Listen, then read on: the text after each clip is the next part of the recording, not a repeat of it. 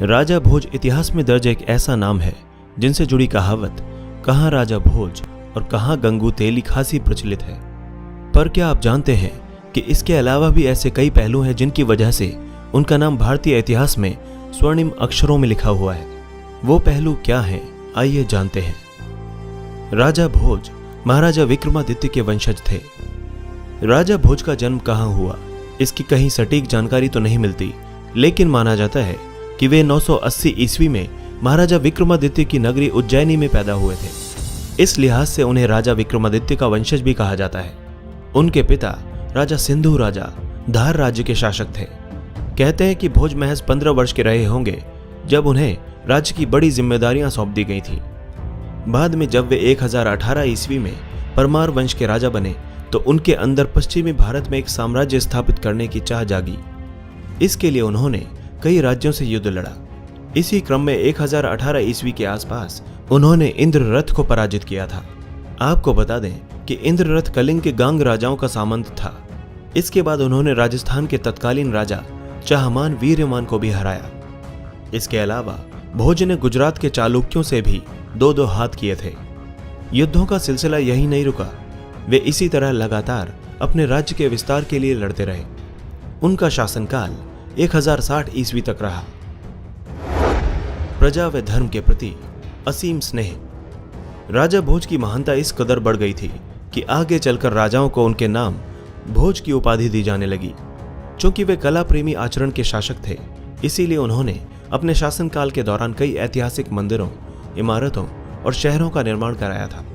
एक कहानी के अनुसार राजा भोज को जब पता चला कि क्रूर शासक महमूद गजनबी ने सोमनाथ के मंदिर के खजाने को लूटकर इस पावन स्थल को अपवित्र किया है और साथ ही मंदिर की इमारत को भी ध्वस्त किया है, तो वे आग बबूला हो उठे और उन्होंने ठान लिया कि वे गजनबी को सबक सिखाकर रहेंगे। बाद में उन्होंने गजनबी पर हमला बोल दिया, जिसमें भोज की सेना ने गजनबी को खदेड़ दिया और इस तरह गजनबी को अपनी जान बचाकर भागना पड़ा था। राजा भोज कई महान ग्रंथों के रचयिता भी थे। राजा भोज को काव्य शास्त्र और व्याकरण का भी अच्छा ज्ञान था। उन्होंने अपने जीवन काल के दौरान बहुत सी किताबें खरीदी। राजा से जुड़ी मान्यताओं के मुताबिक उन्होंने 64 प्रकार की सिद्धियां प्राप्त की थीं, जिन्हें लेकर उन्होंने अलग अलग विषयों पर करीब 84 ग्रंथों की रचना की। इनमें आयुर्वेद, व्याकरण, वास्तुशिल्प, ज्योतिष, संगीत, विज्ञान, योग शास्त्र, दर्शन, कला और राजनीति शास्त्र प्रमुख हैं।